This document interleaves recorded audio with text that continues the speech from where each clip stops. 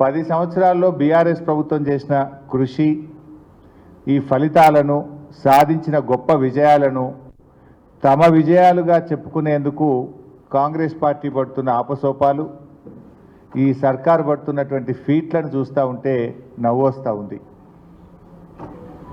ఖమ్మం జిల్లా కరువు బాధలు తీర్చాలని సీతారామ ప్రాజెక్టు నిర్మాణానికి సంకల్పం చేసింది కేసీఆర్ గారు. పవిత్రమైన లక్ష్యంతో చేపట్టినటువంటి ఈ ప్రాజెక్టుకు సాక్షాత్తు సీతారామచంద్రుల వారి పేరే ఉండాలని చెప్పి, వారి పేరు పెట్టుకుంటే ఈ ప్రాజెక్టు శరవేగంగా పూర్తవుతుందని చెప్పి ముఖ్యమంత్రిగా ఆ రోజు కేసీఆర్ గారు నిర్ణయించారు. అనతి కాలంలో ఎన్నో అడ్డంకులు సృష్టించినప్పటికీ కూడా గత కాంగ్రెస్ నాయకులు కోర్టుల్లో కేసులు వేసి అనేక అడ్డంకులు సృష్టించే ప్రయత్నం చేసినా కూడా ఎప్పటికప్పుడు సమస్యల్ని పరిష్కారం చేస్తూ ఈ ప్రాజెక్టును వేగంగా నిర్మించే ప్రయత్నం చేసింది ఆనాటి బీఆర్ఎస్ ప్రభుత్వం. ఇవాళ ప్రభుత్వం మారినందువల్ల ప్రారంభించే అవకాశం కాంగ్రెస్ పార్టీకి, ముఖ్యమంత్రి రేవంత్ రెడ్డికి వచ్చింది. ఇక రిబ్బన్ కట్టింగ్ అవకాశం వచ్చింది కదా అని ప్రాజెక్టు కట్టినట్లు కటింగ్ ఇచ్చే ప్రయత్నం చేస్తే జనం నవ్వుకోరా? రిబ్బన్ కట్టింగ్ అవకాశం వచ్చిందని ప్రాజెక్టే తాను కట్టినట్లు కటింగ్ ఇచ్చే ప్రయత్నం చేస్తే ప్రజలు నవ్వుకుంటారు. ఇతరుల ఘనత తమ ఘనతగా చెప్పుకునేటువంటి వ్యక్తిని ఏమంటారు? పరాన్న జీవులు అంటారు. ఇంగ్లీష్లో అయితే పారాసైట్స్ అంటారు. ఇవాళ మిమ్మల్ని చూస్తుంటే కూడా అదే అనిపిస్తూ ఉంది. ఒక ప్రాజెక్టు కట్టాలంటే దానికి సర్వే జరగాలి, డిపిఆర్ తయారు కావాలి, భూసేకరణ జరగాలి, టెండర్ల ప్రక్రియ జరగాలి, నిర్మాణానికి నిధులు సమకూర్చాలి. ఇవన్నీ దశలు పూర్తి కావాలంటే మరి ఎందుకు తెస్తారు? ఇవి ఏమవసరం ఉందిరా? ఇవన్నీ దశలు పూర్తి కావాలంటే కనీసం కొన్ని సంవత్సరాలు పడుతుంది. 7-8 నెలల లోపలనే మీరు కట్టేసిండ్రు ఈ ప్రాజెక్టు. 7-8 నెలల డిపిఆర్ తయారైంది, మీరు టెండర్లు పిలిచిండ్రు, సర్వేలు చేసిండ్రు, ల్యాండ్ ఎక్విజిషన్ చేసిండ్రు, పంపులు మోటార్లు తెచ్చి బిగించిండ్రు, సబ్స్టేషన్లు కట్టిండ్రు. 8 నెలల మొత్తం మీరు తయారు చేసి ఇనాగ్రేషన్ చేస్తుండ్రా? నవ్వుకుంటున్నారు జనం మీ యొక్క దాన్ని చూసి.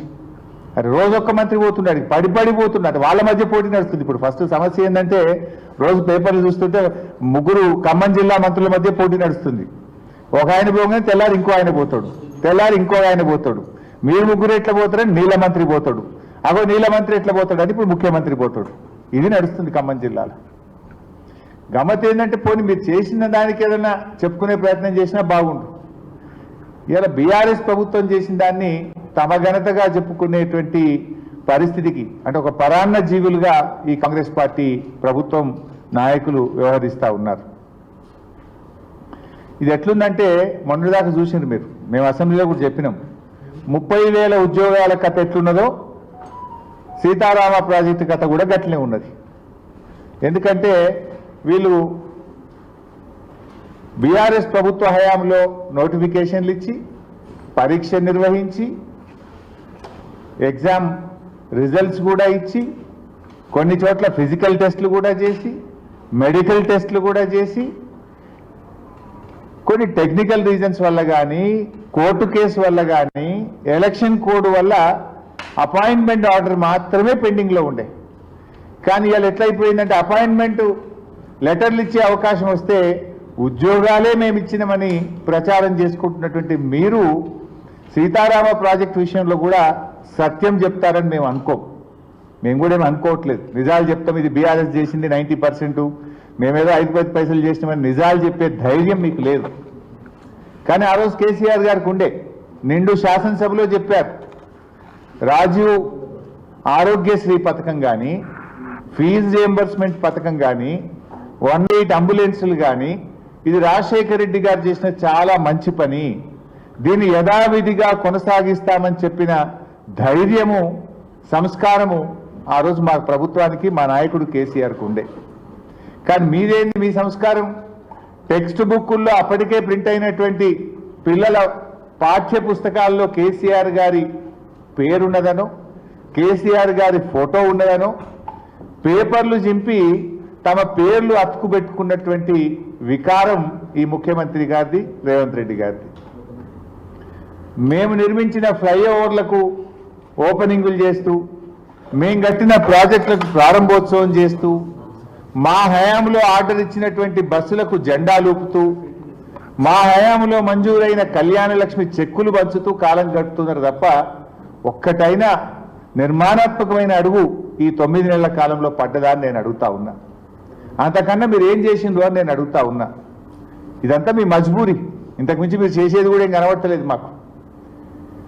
కేసీఆర్ గారి ఆనవాళ్లు చెరిపేస్తాం అని చెప్పి బీరాలు బలికినటువంటి ఈ నాయకులు ఇలా కేసీఆర్ గారు బీఆర్ఎస్ ప్రభుత్వం సాధించినటువంటి విజయాలను మీవిగా చెప్పుకోవడానికి మీరు పడుతున్నటువంటి తాపత్రయమే మీ మీద మా నైతిక విజయానికి ఒక సూచిక.